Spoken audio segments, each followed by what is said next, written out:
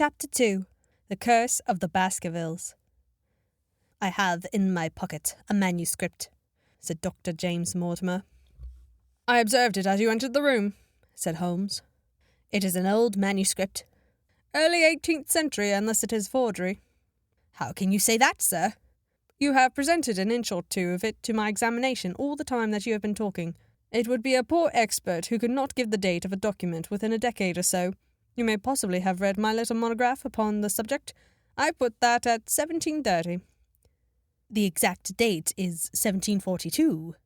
Dr. Mortimer drew it from his breast pocket. "This family paper was committed to my care by Sir Charles Baskerville, whose sudden and tragic death some 3 months ago created so much excitement in Devonshire. I may say that I was his personal friend as well as his medical attendant. He was a strong-minded man, sir, shrewd, practical, and as unimaginative as I am myself.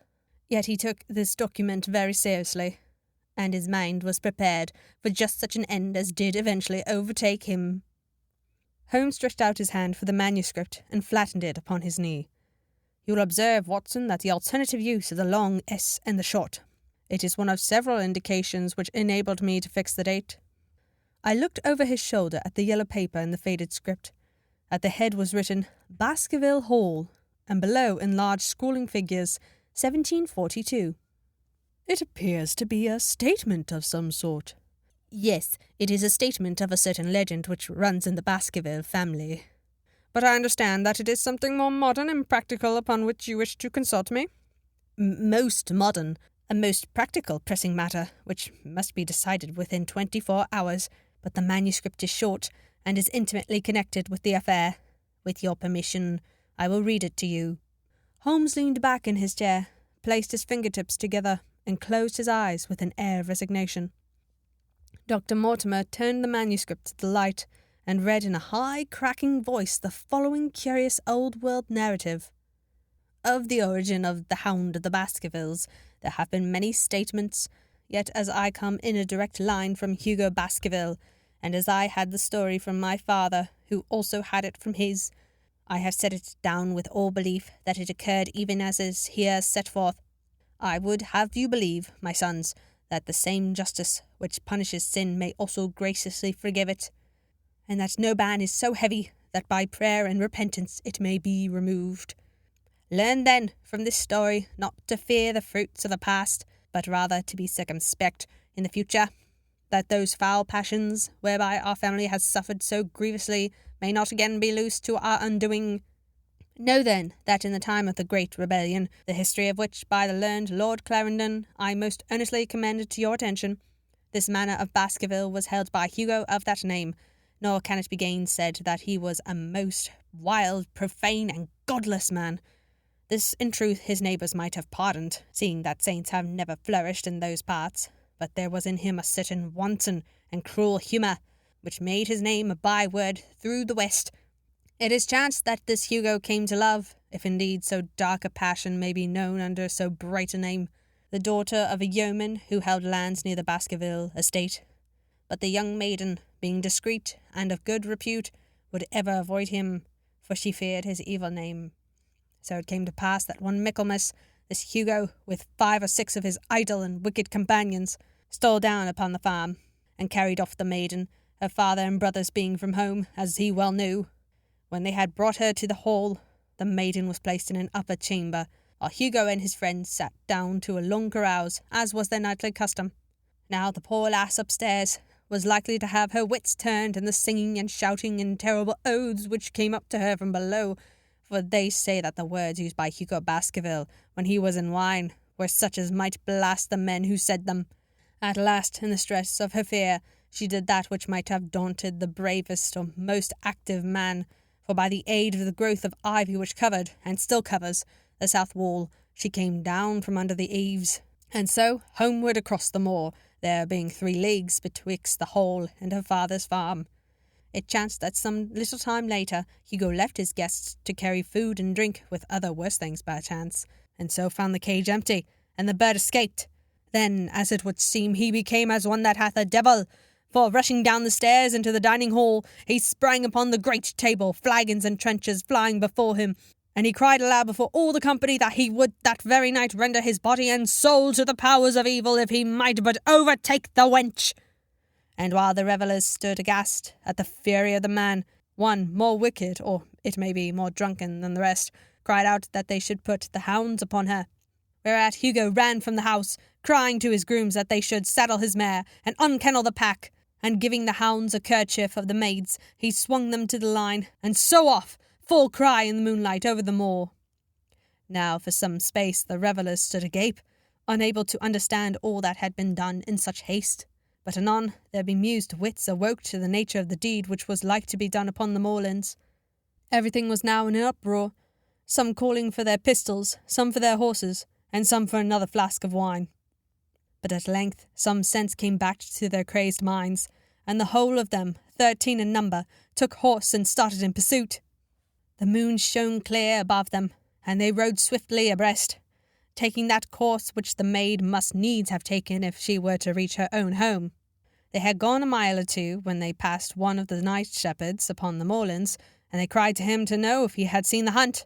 And the man, as the story goes, was so crazed with fear that he could scarce speak. But at last he said that he had indeed seen the unhappy maiden, with the hounds upon her track. But I've seen more than that, said he, for Hugo Baskerville passed me upon his black mare, and there ran mute behind him such a hound of hell as God forbid should ever be at my heels. So the drunken squires cursed the shepherd and rode onward, but soon their skins turned cold, for there came a galloping across the moor, and the black mare, dabbled with white froth, went past with trailing bridle and empty saddle. Then the revellers rode close together, for a great fear was on them, though each, had he been alone, would have been right glad to have turned his horse's head. Riding slowly in this fashion, they came at last upon the hounds. These, though known for their valour and their breed, were whimpering in a cluster at the head of a deep dip or goyle, as we call it, upon the moor. Some slinking away, and some with starting hackles and staring eyes, gazing down the narrow valley before them. The company had come to a halt. More sober men, as you may have guessed, than when they started. The most of them would by no means advance, but 3 of them, the boldest, or it may be the most drunken, rode forward down the goyle. Now it opened into a broad space in which stood 2 of those great stones, still to be seen there, which were set by certain forgotten people in the days of old. The moon was shining bright upon the clearing, and there in the centre lay the unhappy maid where she had fallen, dead of fear and of fatigue. But it was not the sight of her body, nor yet was it that of the body of Hugo Baskerville lying near her, which raised the hair upon the heads of those 3 daredevil roisterers, but it was that, standing over Hugo and plucking at his throat, there stood a foul thing, a great black beast shaped like a hound, yet larger than any hound that ever mortal eye had rested upon. And even as they looked, the thing tore the throat out of Hugo Baskerville, on which as it turned its blazing eyes and dripping jaws upon them, the 3 shrieked with fear and rode for dear life, still screaming across the moor. One, it is said, died that very night of what he had seen, and the other twain were but broken men for the rest of their days. Such is the tale, my sons, of the coming of the hound which is said to have plagued the family so sorely ever since. If I have set it down, it is because that which is clearly known hath less terror than that which is but hinted at and guessed. Nor can it be denied that many of the family have been unhappy in their deaths, which have been sudden and bloody and mysterious. Yet may we shelter ourselves in the infinite goodness of Providence, which would not forever punish the innocent beyond the 3rd or 4th generation, which is threatened in Holy Writ. To that Providence, my sons, I hereby commend you, and I counsel you by way of caution to forbear from crossing the moor in those dark hours when the powers of evil are exalted. This from Hugo Baskerville to his sons Roger and John, with instructions that they say nothing thereof to their sister Elizabeth. When Dr. Mortimer had finished reading this singular narrative, he pushed his spectacles up on his forehead and stared across at Mr. Sherlock Holmes. The latter yawned and tossed the end of his cigarette into the fire. "Well," said he, "do you not find it interesting? To a collector of fairy tales." Dr. Mortimer drew a folded newspaper out of his pocket. "Now, Mr. Holmes, we will give you something a little more recent. This is the Devon County Chronicle of May 14th of this year. It is a short account of the facts elicited at the death of Sir Charles Baskerville, which occurred a few days before that date." My friend leaned a little forward, and his expression became intent. Our visitor readjusted his glasses, and began. The recent and sudden death of Sir Charles Baskerville, whose name has been mentioned as the probable Liberal candidate for Mid-Devon at the next election, has cast a gloom over the county. Though Sir Charles had resided at Baskerville Hall for a comparatively short period, his amiability of character and extreme generosity had won the affection and respect of all who had been brought into contact with him. In these days of nouveau riche, it is refreshing to find a case where the scion of an old county family, which has fallen upon evil days, is able to make his own fortune and to bring it back with him to restore the fallen grandeur of his line. Sir Charles, as is well known, made large sums of money in South African speculation. More wise than those who go on until the wheel turns against them, he realized his gains and returned to England with them. It is only 2 years since he took up his residence at Baskerville Hall, and it is common talk how large were those schemes of reconstruction and improvement which have been interrupted by his death. Being himself childless, it was his openly expressed desire that the whole countryside should, within his own lifetime, profit by his good fortune, and many will have personal reasons for bewailing his untimely death. His generous donations to local and county charities have been frequently chronicled in these columns. The circumstances connected with the death of Sir Charles cannot be said to have been entirely cleared up by the inquest, but at least enough has been done to dispose of those rumours to which local superstition has given rise. There is no reason whatever to suspect foul play or to imagine that death could be from any but natural causes. Sir Charles was a widower, and a man who may be said to have been, in some ways, of an eccentric habit of mind. In spite of his considerable wealth, he was simple in his personal tastes, and his indoor servants at the Baskerville Hall consisted of a married couple named Barrymore, the husband acting as the butler and the wife as the housekeeper. Their evidence, corroborated by that of several friends, tends to show that Sir Charles's health has for some time been impaired, and points especially to some affectation of the heart, manifesting itself in changes of colour, breathlessness, and acute attacks of nervous depression. Dr. James Mortimer, the friend and medical attendant of the deceased, has given evidence to the same effect. The facts of the case are simple. Sir Charles Baskerville was in the habit every night before going to bed of walking down the famous yew alley of the Baskerville Hall. The evidence of the Barrymores show that this had been his custom. On the 4th of May, Sir Charles had declared his intention of starting the next day for London, and had ordered Barrymore to prepare his luggage. That night he went out as usual for his nocturnal walk, in the course of which he was in the habit of smoking a cigar. He never returned. At 12 o'clock, Barrymore, finding the hall door still open, became alarmed, and lighting a lantern, went in search of his master. The day had been wet, and Sir Charles's footmarks were easily traced down the alley. Halfway down this walk, there is a gate which leads out on to the moor. There were indications that Sir Charles had stood for some little time here. He then proceeded down the alley, and it was at the far end of it that his body was discovered.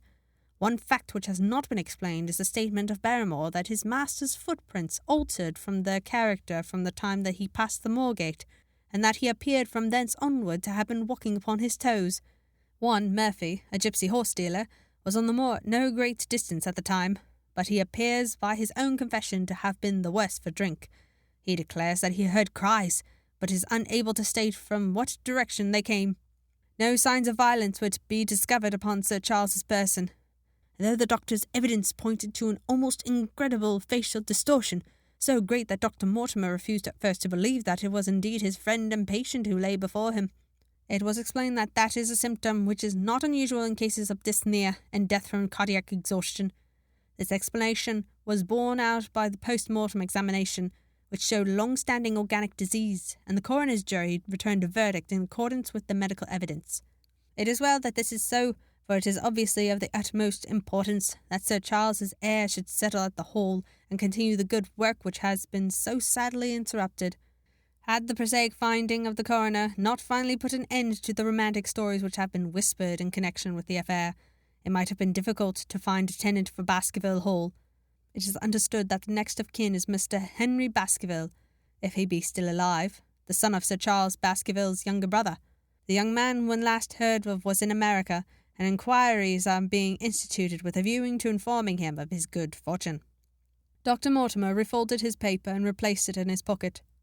Those are the public facts, Mr. Holmes, in connection with the death of Sir Charles Baskerville. I must thank you, said Sherlock Holmes, for calling my attention to a case which certainly presents some features of interest. I'd observed some newspaper comment at the time, but I was exceedingly preoccupied by that little affair, the Vatican cameos, and in my anxiety to oblige the Pope, I lost touch with several interesting English cases. This article, you say, contains all the public facts? It does. Then let me have the private ones. He leaned back, put his fingertips together, and assumed his most impassive and judicial expression. In doing so, said Dr. Mortimer, who had begun to show signs of some strong emotion, I am telling that which I have not confided to anyone. My motive for withholding it from the coroner's inquiry is that a man of science shrinks from placing himself in the public positioning of seeming to endorse a popular superstition. I had the further motive that Baskerville Hall, as the paper says, would certainly remain untenanted if anything were done to increase its already rather grim reputation. For both these reasons I thought that I was justified in telling rather less than I knew, since no practical good could result from it. But with you there is no reason why I should not be perfectly frank. The moor is very sparsely inhabited, and those who live near each other are thrown very much together. For this reason I saw a good deal of Sir Charles Baskerville. With the exception of Mr. Frankland of Laftive Hall and Mr. Stapleton the naturalist, there are no other men of education within many miles. Sir Charles was a retiring man, but the chance of his illness brought us together, and a community of interests in science kept us so. He had brought back much scientific information from South Africa, and many a charming evening we have spent together discussing the comparative anatomy of the Bushman and the Hottentot. Within the last few months, it became increasingly plain to me that Sir Charles's nervous system was strained to the breaking point. He had taken this legend, which I have read you, exceedingly to heart, so much so that although he would walk in his own grounds, nothing would induce him to go out upon the moor at night. Incredible as it may appear to you, Mr. Holmes, he was honestly convinced that a dreadful fate overhung his family, and certainly the records which he was able to give of his ancestors were not encouraging. The idea of some ghastly presence constantly haunted him, and on more than one occasion he has asked me whether I had on my medical journeys at night ever seen any strange creature or heard the baying of a hound. The latter question he put to me several times, and always with a voice which vibrated with excitement. I can well remember driving up to his house in the evening some 3 weeks before the fatal event. He chanced to be at his hall door. I descended from my gig and was standing in front of him when I saw his eyes fix themselves over my shoulder and stare past me with an expression of the most dreadful horror. I whisked round, and had just time to catch a glimpse of something which I took to be a large black calf passing at the head of the drive. So excited and alarmed was he that I was compelled to go down to the spot where the animal had been, and look around for it. It was gone, however, and the incident appeared to make the worst impression upon his mind. I stayed with him all the evening, and was on that occasion to explain the emotion which he had shown, that he confided to my keeping that narrative which I read to you when I first came. I mention this small episode because it assumes some importance in view of the tragedy which followed. But I was convinced at the time that the matter was entirely trivial, and that his excitement had no justification. It was at my advice that Sir Charles was about to go to London. His heart was, I knew, affected, and the constant anxiety in which he lived, however chimerical the cause of it might be, was evidently having a serious effect upon his health. I thought that a few months among the distractions of town would send him back a new man. Mr. Stapleton, a mutual friend who was much concerned at his state of health, was of the same opinion. At the last instant came this terrible catastrophe. On the night of Sir Charles's death, Barrymore the butler, who made the discovery, sent Perkins the groom on horseback to me, and as I was sitting up late, I was able to reach Baskerville Hall within an hour of the event. I checked and corroborated all the facts which were mentioned at the inquest. I followed the footsteps down the yew alley. I saw the spot at the moor gate where he seemed to have waited. I remarked the change in the shape of the prints after that point. I noted that there were no other footsteps save those of Barrymore on the soft gravel. And finally, I carefully examined the body, which had not been touched until my arrival. Sir Charles lay on his face, his arms out, his fingers dug into the ground, and his features convulsed with some strong emotion to such an extent that I could hardly have sworn to his identity. There was certainly no physical injury of any kind, but one false statement was made by Barrymore at the inquest. He said that there were no traces upon the ground round the body. He did not observe any, but I did, some little distance off, but fresh and clear. Footprints? Footprints. A man or a woman's? Dr. Mortimer looked strangely at us for an instant, and his voice sank to almost a whisper as he answered, "Mr. Holmes, they were the footprints of a gigantic hound."